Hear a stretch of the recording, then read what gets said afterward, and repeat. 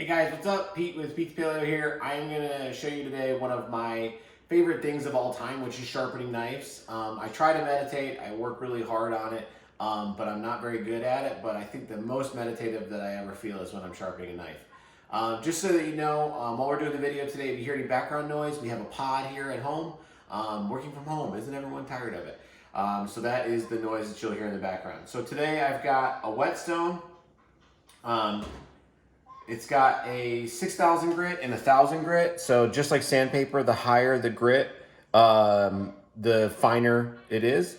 So the 1,000 is when you need to really kind of get the knife back from it being super dull, and 6,000 is to like almost just hone a knife that's already pretty sharp, which is what I'm going to use today because I kind of keep my knives pretty sharp. You may have heard Whetstone, tristone, oilstone. Tristones are super good if you have a knife that really has been left for a long time and is super dull and needs to be brought completely back. Whetstones will work for any decent knife that just needs to kind of, refurbishing, if you will. This is the knife that I'm going to sharpen. Yes, it's a fancy knife. It's very beautiful. It's Miyabi, a Santoku. You can see the folded steel and everything. You do not need a knife this fancy. I'm a chef. I do this for a living. I've been doing this for almost 20 years, so it's super important to me to have a fancy, pretty knife. But the best knife that I ever got is a Whetstone Classic. It was $80, and that knife is still in use at the Pete's Paleo kitchen today, 10 years later and 15 years after I got it. It's cooked tens of thousands of meals. It's still going strong, so you don't have to spend a lot of money to get a good knife.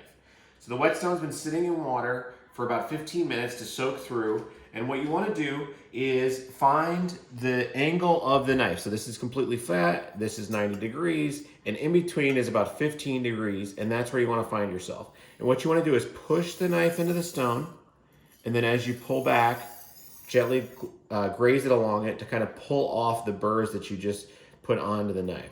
So push in, and then pull back gently. So you're pushing down on the stone at the 15-degree angle as you push forward, and then gently dragging it along the stone as you pull back. And then as you get kind of some speed going,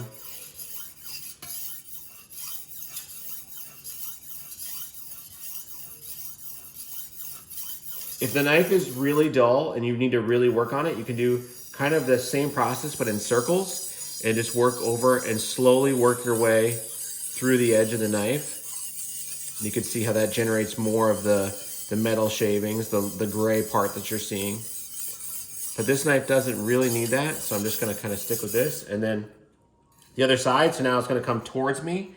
So again, you find that 15-degree angle, and every knife is a little different. Every bevel, like whether you have global knives or Whetstone or Miyabi or Mitsuko, they all have different, slightly different angles. So you've gotta find which one works for you. Again, pulling it towards me, pulling it into the stone, and then gently grazing it as I go back. This isn't something that you should be great at the first time, but once you get it, it's very, very relaxing, and it's nice to have super sharp knives. It makes you a lot more efficient in the kitchen and a lot safer. The sharper your knife, the safer you are.